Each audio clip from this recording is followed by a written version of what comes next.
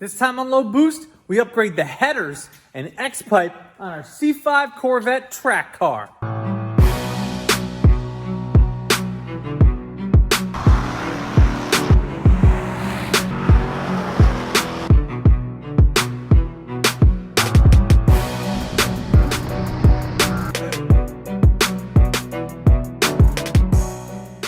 If you guys have been following along with my C5 Corvette track car, you know that I have a couple of problems with this thing.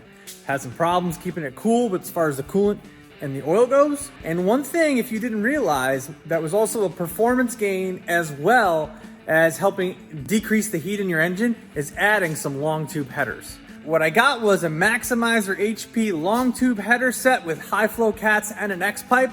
And we're gonna install all of that on the car today. Let's get started. So first, to start off, I am not able to get these off normally, so I'm gonna have to use the O2 sensor socket, and I just can't get to it. So I unclip them from either side over here and then just kind of let them drop. And then I got 17 millimeter exhaust bolts for the stock mufflers. Taking all the rest of the bolts off of the X-pipe, I was able to just drop it down. And I'll take off the O2 sensors after I take off the X-pipe. These O2 sensors did not want to come off on the car, so I had to actually take everything off first. But they're still a pain in the butt to get off, and if you use a wrench, you still risk stripping them because these things are really seized up.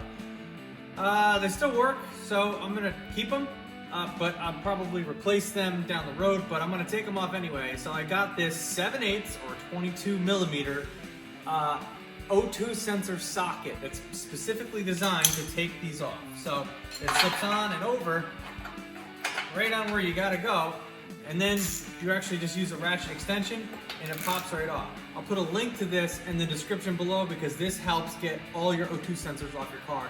So if you ever do that and need to replace them, this socket is a lifesaver. Woo! Pop that off. Now that the old X-pipe is off, you can see my Elite Engineering tunnel plate. This really stiffened up the car, and I did an entire install video on it if you're interested about it. And I'll put a link to that in the description below, or you could just check out the other videos on my channel to watch that install as well. All right, next what I'm gonna do is I'm gonna take the alternator off, but first disconnect the battery terminal, and I put a rag over it to prevent it from touching. Normally I would disconnect the negative, but it's almost stripped, so I'm just not gonna touch it.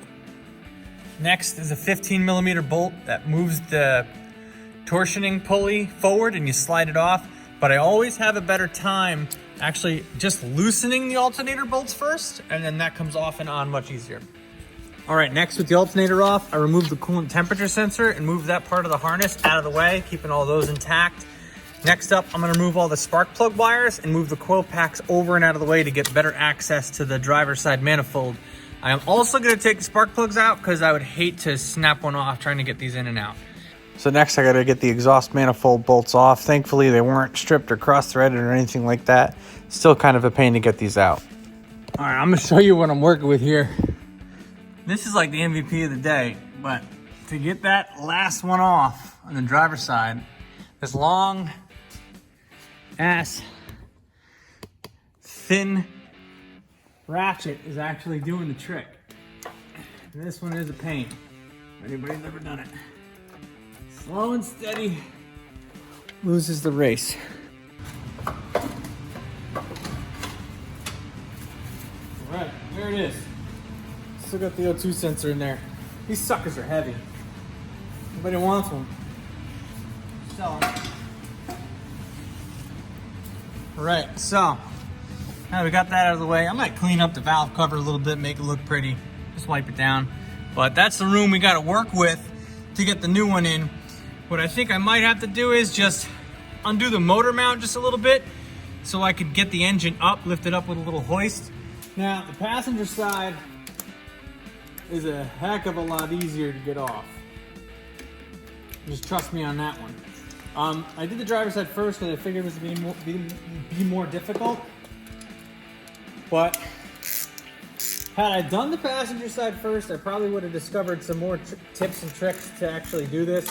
The only thing that's different on the passenger side is there's no grounds underneath that I saw that you have to remove, and the dipsticks on this side, which you have to unbolt from the head to slide it out. I still think I'm going to be able to get this one out from up top, but if not, I'll just pop it down. But right now, I took all the, same thing on this side, took the coil packs off, the EGR valve, taking the spark plugs out, and then everything else, so that way it all comes out clean. Couple of notes. On this side, I did end up having to remove the dipstick, and fortunately for me, it came out pretty easily. Sometimes people have really hard times getting those out, and it could be a bitch, but I got really, really lucky because my E36 Turbo LS swap basically broke off inside. That engine was all rusted out. This one is in pretty decent shape as far as like not being sitting out in the elements. I did drop a spark plug down here, but we're gonna get all new ones anyway. I mean, I haven't replaced the spark plug since I got the car. Actually, I didn't even replace them when I got the car. I drove all last year with it. So this side is obviously gonna be easier to get the headers in, but we're gonna do the driver's side. I think I'm gonna do this side first. We'll see how it goes. But the driver's side is gonna be significantly more difficult.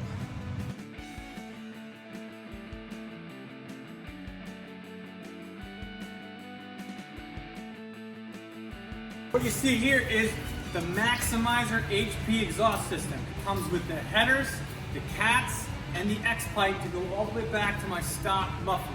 And as I said before, I have to keep those mufflers on because I don't want to get kicked out of Lime Rock because they have an 88 decibel sound limit. But I am going to weld some cutouts to these things, so stay tuned. These are really, really nice pieces, and I got them all on eBay, and they're specifically designed for the 2001-2004 Corvette, but they do make them for the 97 to 2000. Unfortunately, as pretty and as shiny as these are, part of the reason that I wanted to get the headers is because I want to reduce engine bay heat, and this really does because it really gets the hot air out of the engine really fast. It also is really good for torque. Being able to get that exhaust gas out of the engine down low really will give me like 30 pound-feet of torque to the tire. So that's really going to be beneficial for me getting out of turns. But wrapping the exhaust is also going to help me with the heat as well. But I also got to remember to get spark plug wire protectors for each of these as well, because these do get hot and there's no heat shield on them initially. So we're going to have to put those on as well. Get a good look at them now because they're getting heat wrapped. I care more about heat than I do looks, and these things get color changed anyway if you even don't put heat wrap on them. The welds are pretty good. It's a decent quality piece. I'm just disappointed that the bolt holes and brackets don't line up where they're really supposed to. That was really kind of upsetting. I'll put a link to these in the description below. Okay, so this is where things start to get a little tricky. It obviously does not want to just easily fit in here, and it's got a lot of stuff in the way. So what I think I'm going to do is I'm going to undo the motor mount from there and then lift the engine up just an inch or two to slide this thing down from the top. So let's see how I do. All right, let me explain this because it looks weird on the time lapse. I actually had to lift the car up on the lift to get the engine hoist underneath it, and then I lifted the engine up just a few inches off of the motor mounts to get it in. A lot of frustration. This lifted up the engine a couple inches, disconnected the steering shaft, moved it up and out of the way here first, then disconnected this hose right here so this tucks down and further, because this hose here would hit the steering shaft when it was up. Once I got the header down, I was able to move the steering shaft down just a little bit and finish shoving everything else down there. It is a pain in the butt, and we would not have been able to do it if I didn't raise the engine up just a hair. So that's that. This side was significantly easier. Again, undid the motor mount from down below, and I used my hoist over top and pulled it up from there with the chain, and that worked out nicely. I had to bend some of this stuff out of the way, and then it slid right down. I really don't think you could do this without jacking it up just a little bit, but that really did the trick. So now let's get going on the rest of it. All right, with the headers all bolted up, I got extensions for my O2 sensors on Amazon. I'll put links to them in the description below because the O2 sensors are gonna sit further back, but now the headers are bolted up. The only thing I notice is with these bolted in, I didn't see a bracket that comes with this, but maybe I can make one. I had to bend that one out of the way just to get it there. But that doesn't directly bolt up, so I might just make a bracket that'll hold it together if I don't see one in the packaging. It's always an issue if, and I know people have bought eBay headers for the Corvette, you know, not being, and they can't, something happens or they can't fit their O2 sensors on them. Well, these do fit, just barely, especially with my tunnel plate. Just barely clears, but it clears. So in case you were wondering, they fit. All right, with the O2 sensors attached, they included some nice exhaust gaskets, and then we're gonna fit the catalytic converters on right here. The actual springs and stuff that came with these brackets here did not actually line up perfectly, and they were not long enough, so I couldn't use springs in all of them, but they were able to go on. Okay, so still gotta tighten those up, but this thing had to sag down significantly, and just to be honest, you know, not paid, not sponsored or anything, this exhaust system does not match up really at all. These were extremely difficult to get on, and I really couldn't even get those on all the way. It just was a nightmare to really hook up. It looked like everything is supposed to bolt up where it's supposed to, and it really just doesn't. But for the price, it's not bad, so I'm not gonna bash it too much, but they definitely could have did a better job matching stuff up.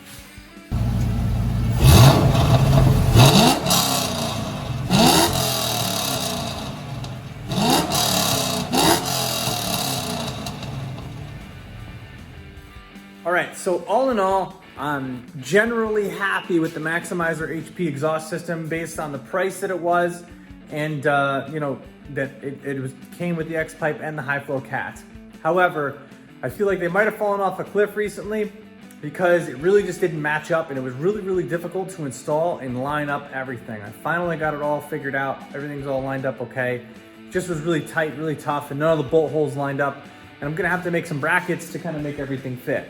But my buddy Damon threw a tune on it. We're just working out some kinks with it now. And the thing definitely has some more power down low right on the hit. So hopefully we'll see what happens with this track day coming up. If hopefully I'll be able to make it out there and see if I'll be able to beat my personal best. I think because the car's a little quicker now, I should be able to come out of turns and not have to wind the car out as much either. So make sure you guys stay up to date on all my uploads. I upload a video every week about cars, not just about this, but I have a BMW 540i. I also have the 1994 BMW E36 Turbo LS swap, 1966 Mustang, and a 1953 F100 pickup truck that I'm restoring with my dad. A bunch of other stuff and projects too, so if you guys are into cars, make sure you hit that subscribe button. Thank you guys very much for watching, and I'll catch you in the next one.